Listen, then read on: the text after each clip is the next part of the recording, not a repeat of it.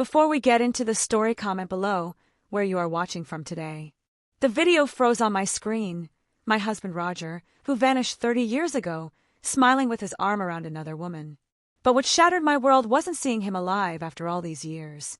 It was my daughter Alicia nestled between them, calling that woman Mom, with such warmth it pierced my heart like a knife.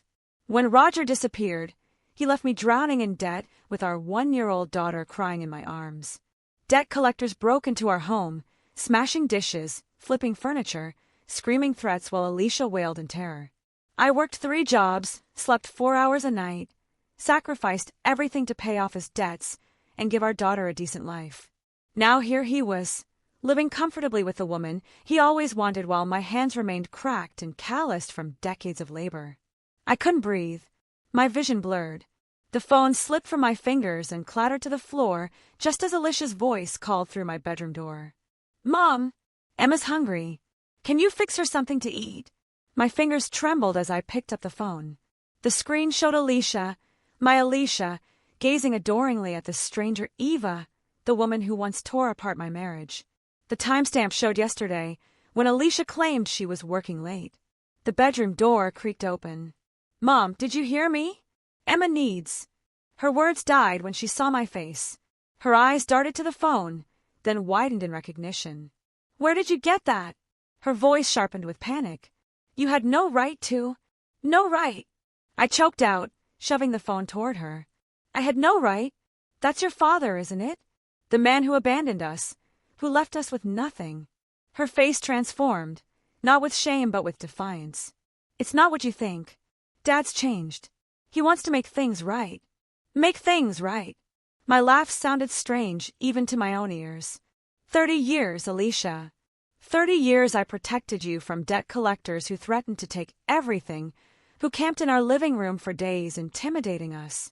I worked until my back nearly broke to pay off his debts. That's all in the past, she waved dismissively. Why can't you just move on? Her casual tone ignited something primal inside me. Move on? Move on. While you sit there calling another woman Mom. After everything I sacrificed. Dad and Eva were in love from the start. Alicia's voice rose to match mine. He only married you because you got pregnant. You broke them up. If it weren't for you getting pregnant with me, he wouldn't have disappeared for 30 years. The room spun around me. Was this truly my daughter speaking? The little girl who once cried when neighborhood kids called her deadbeat's daughter? Who trembled at every knock on the door, fearing another debt collector? The commotion brought Alexander and 5-year-old Emma running. Emma took one look at her mother's tear-streaked face and launched herself at me, tiny fists pounding my legs. Bad grandma! You're making Mommy cry. I hate you. You're mean and ugly and old. Alexander just stood there, making no move to stop his daughter's assault. If you think this betrayal is shocking, just wait until you see what happens when I confront the man who abandoned us and the woman who took my place. The secrets and lies run deeper than anyone could imagine. Stay with me.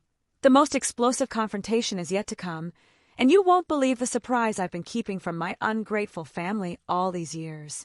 I gently pushed Emma away, barely touching her, but she threw herself to the floor in an ear-splitting wail as if I'd struck her. Alicia scooped her up, glaring at me with undisguised hatred. Dad was right about you, she spat. You're just a bitter, controlling witch. No wonder he left. Her words struck harder than any physical blow. I stared at the stranger wearing my daughter's face. So I'm the villain in this story? I worked 3 jobs while your precious father lived comfortably with his mistress. I raised you alone while he sent occasional letters with no return address. That's enough, Alicia shouted. He's my father. He wants to make up for lost time. Can't you just be happy for me? Happy? My voice dropped dangerously low. You want me to be happy that the man who ruined our lives, who left us with nothing, is suddenly playing daddy again? That my own daughter calls another woman Mom? You're overreacting, Alexander finally spoke, his tone patronizing. It's not like she's replacing you. But the video told a different story. The way Alicia leaned into Eva, the comfortable familiarity between them spoke of a relationship that had existed for months, maybe years. All while I cooked their meals, cleaned their house, watched their child. Get out! I whispered, surprising even myself. Excuse me. Alicia's eyebrows shot up. Get out of my room. Each word felt like glass in my throat. Alicia laughed coldly. This is at my house. If anyone's leaving, it's you. Where would you even go? You've got what? $200 to your name? You'll be back by morning begging to come home. The cruel dismissal in her voice shattered something inside me. In that moment, I realized they had no idea who I really was or what I'd accomplished. They saw only what I allowed them to see. A compliant grandmother, a silent supporter. They had no idea about the investment that had just matured, or the plans I'd made to surprise them with a new home. No idea that the woman they thought had nothing was about to change their lives forever. But now that surprise would never come. Not for them. You have no idea what I'm capable of, I said quietly, reaching for my suitcase. And I meant every word. I packed my clothes with shaking hands, feeling their eyes on my back. Not one of them moved to stop me. Not even Alexander, who minutes ago had been promising I was irreplaceable. Mom, be reasonable, Alicia finally said, her tone softening from rage to condescension. Where will you go at this hour? Just calm down and we'll talk in the morning. I didn't answer. I didn't trust myself to speak without screaming or breaking down. 30 years of sacrifice reduced to nothing. 30 years of memories trampled under their feet. As I zipped my suitcase closed, Emma tugged at her mother's sleeve. Is Grandma really leaving? She whispered loudly. Good. Eva makes better cookies anyway.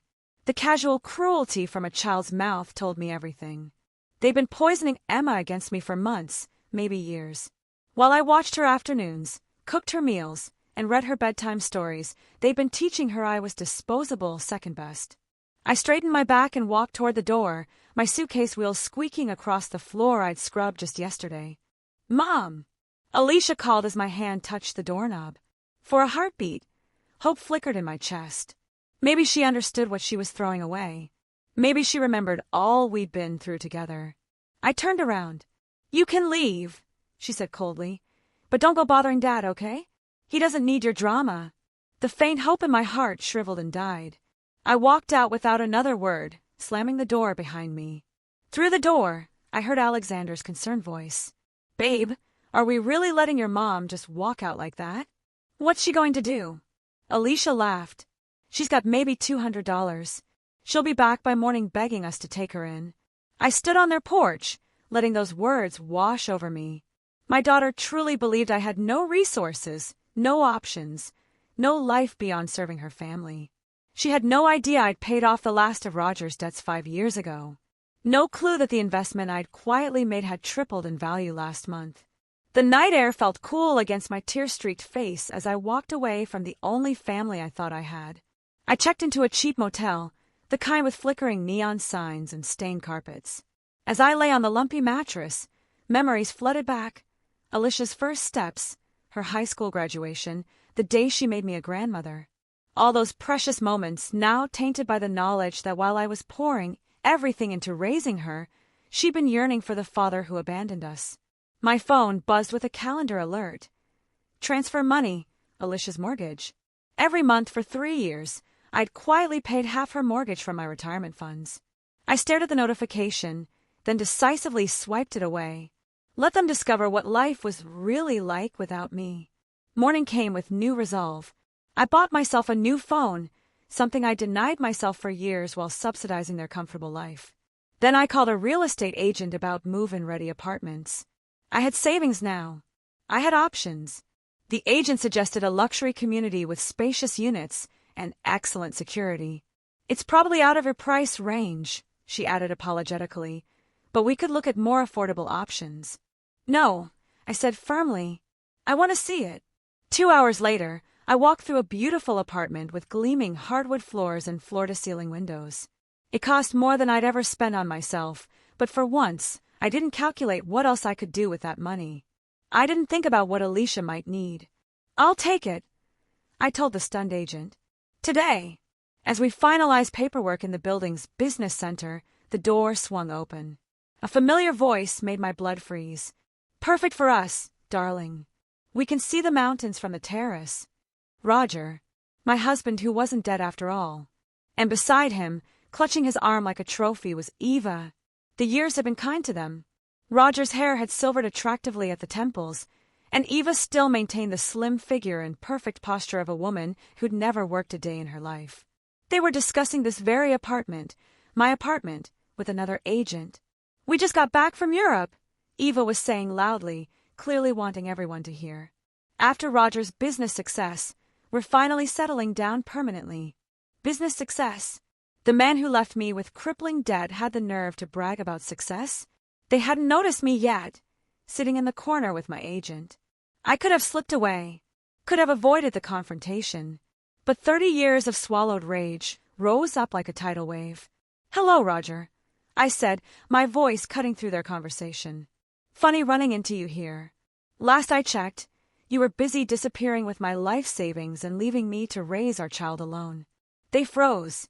Eva recovered first, her perfectly made-up face twisting with disdain. "Patricia!" She said my name like it tasted bad. "Still bitter after all these years? Roger and I have moved on. You should try it sometime." I laughed, a hollow sound that surprised even me. "Moved on? Is that what you call abandoning your family and hiding for 30 years while debt collectors terrorized your wife and child?" Roger at least had the decency to look uncomfortable. "Patricia, that was complicated. I had no choice." "Don't you dare say you had no choice." I grabbed the nearest object, a decorative vase, and hurled it at the wall beside him. It shattered spectacularly, silencing the room. "You had choices. You chose to take out loans you couldn't repay. You chose to empty our bank account. You chose her over your own daughter." The real estate agents backed away, clearly unsure whether to intervene. Eva stepped behind Roger like he could shield her from my fury. "Patricia, you're making a scene," Roger hissed, glancing nervously at the building manager who appeared in the doorway. "This is exactly why I left. You always were unstable." Something inside me snapped. 30 years of controlled rage, of biting my tongue, of putting others first. It all erupted at once. "Unstable!" I lunged forward, grabbing a decorative broom from beside the fireplace. "I'll show you unstable, you coward." I swung the broom at him, not caring who saw, not caring about anything except landing one blow against the man who'd ruined my life. Roger dodged, surprisingly agile for his age, his eyes wide with shock. And that's when Alicia walked in. "Mom, what are you doing?" Alicia gasped, rushing to Roger's side like he was the victim. She placed herself between us, protecting the father who had never protected her. The look of disgust on her face as she stared at me spoke volumes. She hadn't sent a single text since I walked out last night, hadn't bothered to check if I was safe. Yet here she was, in the middle of a workday, rushing to her father's rescue. "Did you follow us here?" she demanded, her voice dripping with accusation. "Are you stalking Dad now?" I lowered the broom, suddenly exhausted. "Stalking? I'm buying this apartment." "With what money?" Alicia scoffed. "Stop embarrassing yourself, Mom." Eva chose that moment to step forward, slipping her arm through Alicia's. The gesture was deliberate, calculated to hurt me. Mother and daughter united against me. "Darling, your mother was just leaving," Eva said, her voice honey-sweet. "She's upset, understandably. Not everyone can handle change." The real estate agent who'd been helping me cleared her throat. "Actually, Ms. Wilson has already placed a deposit on this unit. The paperwork is nearly complete." Alicia's eyes widened in shock. "That's impossible. She doesn't have that kind of money." I smiled thinly. "There's a lot you don't know about me, Alicia." "She's bluffing," Roger cut in. "Patricia, stop this nonsense. Eva and I are buying this place. We've already discussed terms with the seller." I turned to my agent. "Process my payment. I'll take the apartment at full asking price, no negotiations needed." The building manager, sensing a potential bidding war, stepped forward eagerly. "Ms. Wilson is the first to submit complete payment. I'm afraid the property is officially off the market." Eva's face contorted with rage. "This is ridiculous. You can't afford this place. You're just trying to spite us." "Every cent of debt you left me with, Roger, I paid it all," I said calmly, pulling out my bank card. "I remember the exact amount, $427, $832 plus interest. I cleaned up your mess while you played house with Eva. If you want a divorce now, you can start by paying me back every dollar first." The young agent beside me, clearly uncomfortable with the family drama, whispered something to the building manager. He nodded knowingly. If they were never legally divorced, the agent said, she could actually file for a portion of his assets from all these years. Eva's face drained of color. She turned to Roger with a look of panicked disbelief. You told me the divorce was finalized decades ago. Roger tugged at his collar, suddenly sweating. Patricia, be reasonable. That was 30 years ago, surely. Surely what? I took a step toward him. Surely I should forgive and forget? Surely I should just let you walk away again? Not this time, Roger. Alicia was looking between us, the reality of the situation finally sinking in. Dad, what's she talking about? You said all the legal stuff was taken care of years ago. Before Roger could respond, he reached into his pocket and pulled out a checkbook. His hands trembled slightly as he wrote. $1 million, he said, tearing out the check. Consider it compensation for past difficulties. Take it and leave us alone. The moment he held out that check, I saw Alicia's expression change. The disgust turned to calculation. She was already thinking about how much of that money she could get from me. Just like her father, always looking for the easy way. I took the check without a word and handed it to my agent. Please apply this to my purchase. I believe that covers it in full. Roger looked stunned. You're using my money to buy the apartment I wanted? It was never your money, Roger. It was always mine, paid for with years of sweat and sacrifice. This is just a small down payment on what you really owe me. The building manager coughed politely. Congratulations, Ms. Wilson. The apartment is yours. When would you like to move in? Immediately, I said. Eva stormed out, pulling Roger with her. Only Alicia remained, staring at me with a mixture of shock and growing awareness. Mom, she began, her voice softer now. I didn't know. Save it. I turned away from her. You made your choice. You chose him. But where will they live now? They were counting on this place. They've been staying with us, and Alexander is getting frustrated. I laughed bitterly. So that's it. You're not concerned about me. You just don't want them in your house anymore. That's not fair. Dad's been trying to make things right. By lying about finalizing your divorce. I cut her off. By pretending to have money he doesn't have. Seems to me he hasn't changed at all. Still living beyond his means. Still expecting others to clean up his mess. I turned to the building manager. Are there security measures in this building? Yes, ma'am. Key card access and 24-hour desk service. Excellent. Please make a note that these 3 individuals are not permitted on the property. Alicia's mouth fell open. You can't be serious.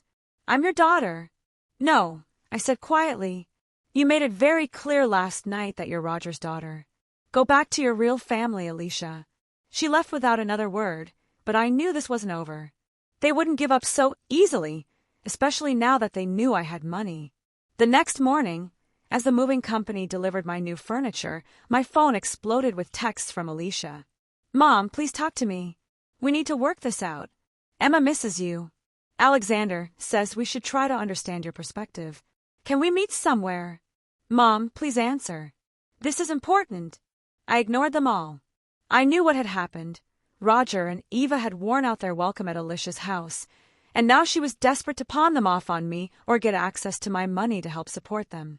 Then came the knock I'd been expecting. Through the security peephole, I saw them standing there, Alicia, Alexander, and Emma, surrounded by suitcases and bags. Grandma, is this our new home? Emma's excited voice carried through the door. Of course it is, sweetie, Alicia answered. Grandma's house is going to be our home now, too. Won't that be wonderful? I watched through the peephole as Alicia knelt down to Emma's level. Remember, honey, be extra nice to Grandma. She's been a little confused lately. Emma nodded solemnly. Because she's old, right?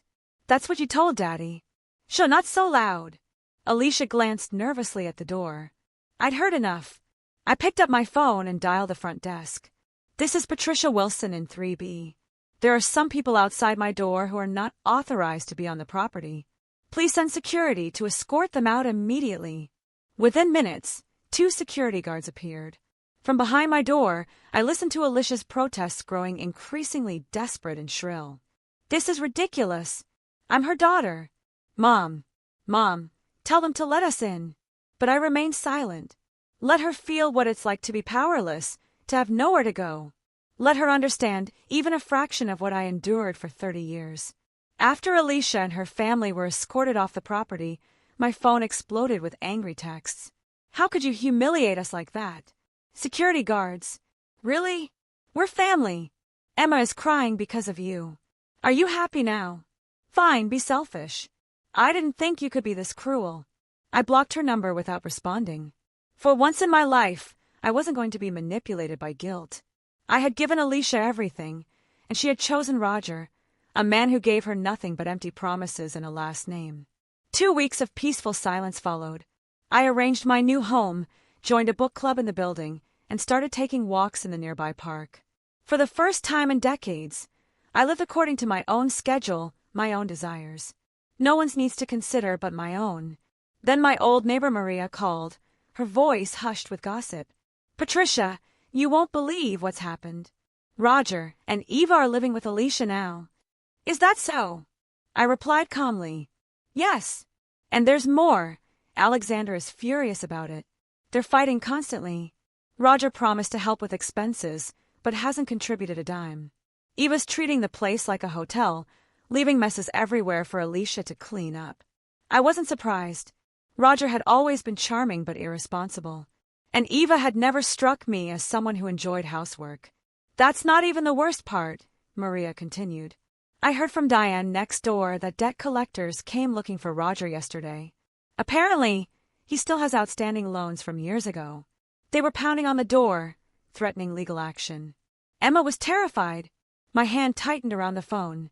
The thought of Emma experiencing what Alicia had endured as a child, the shouting, the threats, the fear, made my stomach turn. But this wasn't my problem anymore. Alicia had made her choice. How's Alexander handling all this? I asked. Not well. Diane overheard him giving Alicia an ultimatum. Either Roger and Eva go or he does. I thanked Maria for the update and hung up. Then I did something I should have done 30 years ago. I called the debt collection agency that had pursued Roger's debts and informed them that yes, Roger Wilson was alive and well and living at Alicia's address. By the way, I added, he recently wrote a check for $1 million, so he clearly has assets now. 2 days later, Maria called again, breathless with new developments. Patricia, it's absolute chaos. The debt collectors came back with court orders. They're taking everything. Roger's car, his expensive watch collection, even Eva's jewelry. And get this, Alexander walked out. He's staying with his brother until the circus leaves town, as he put it. I felt a twinge of sympathy for Alicia. She was learning the hard way what kind of man her father really was. Then my doorman called up. Ms. Wilson, there's an Alicia Sanders here demanding to see you. She seems quite upset. Should I send her away? I hesitated, then sighed. No, send her up. When I opened my door, I hardly recognized my daughter. The polished, confident woman had vanished. In her place stood someone with bloodshot eyes, unwashed hair and wrinkled clothes. What do you want, Alicia? I asked, not inviting her in. Did you do this? She demanded, voice cracking. Did you sick those debt collectors on Dad? I simply informed them that a man they've been looking for is no longer missing. I replied. Roger made his own debts, just like he made his own choices 30 years ago. Tears spilled down her cheeks. They've taken everything. Dad and Eva had to leave. They're staying at some horrible motel. Alexander says he wants a divorce if I don't get my priorities straight. This is all falling apart because of you. No, I said firmly. This is falling apart because you chose to believe a man who abandoned you over the woman who sacrificed everything to raise you. You invited Roger's chaos back into your life. These are the consequences. You have to help me, she pleaded. If you could just loan us some money until this blows over. Like I loaned you money for your house down payment. Like I paid half your mortgage every month for years. Like I covered Emma's preschool tuition. I crossed my arms. Did you ever once say thank you? Did you even notice? Her stunned expression answered my question. Mom, I didn't know. You never asked. You just took and took, assuming I had nothing better to do with my time or money than support you. Even now, you're not here because you miss me or because you're sorry. You're here because you need something. She collapsed against the doorframe, sobbing openly now. everything's falling apart. What am I supposed to do? For a moment, I almost softened. Then I remembered how quickly she had discarded me, how easily she had believed the worst about me. Figure it out, I said quietly, just like I had to when your father left. I closed the door on her cries and leaned against it, my heart pounding. It hurt to turn her away, but some lessons can only be learned through consequence. The next morning, I hired a lawyer and rewrote my will. Most of my estate would go to a scholarship fund for single mothers. I created a separate trust for Emma, not because of Alicia, but because children shouldn't suffer for their parents' mistakes. The money would only be accessible for education, and only after Emma turned 18. Months passed. Through Maria, I learned that Alexander had indeed filed for divorce. Alicia lost the house and moved into a small apartment with Emma. Roger and Eva disappeared again after the debt collectors froze their accounts and placed liens on any future income. Then one day, a letter arrived with no return address. Inside was a single page in Alicia's handwriting. Mom, I don't expect forgiveness. I don't deserve it. But I want you to know I understand now what you sacrificed, what you endured, how deeply I hurt you. Dad and Eve are gone. They took what little money I had left and vanished without even saying goodbye. You tried to warn me, and I wouldn't listen. I'm working 2 jobs now. It's hard, but I'm managing. Emma asks about you sometimes. I've told her the truth, that I made terrible mistakes and lost the most loyal, loving mother anyone could have. I don't expect a response. I just wanted you to know that I finally understand. I read the letter 3 times, tracing my fingers over the words. Then I placed it in my desk drawer. Not forgotten, but not answered either. Some wounds take more than words to heal. Instead of replying, I booked myself a cruise, something I'd always wanted to do but never could afford while supporting others. As the ship pulled away from shore, I stood at the railing and watched the coastline recede. For 30 years, I had lived for others. I had sacrificed, compromised, and endured. Now, finally, I was living for myself. Free from debt, free from obligation, free from the thankless burden of loving those who couldn't value my love. The ocean stretched endlessly before me, full of possibilities I had never allowed myself to imagine. At 60 years old, my life wasn't ending. It was just beginning. I hope you enjoyed today's story. Subscribe to the channel so you don't miss more stories like this. Leave a like and comment below what you thought of the story. See you in the next video.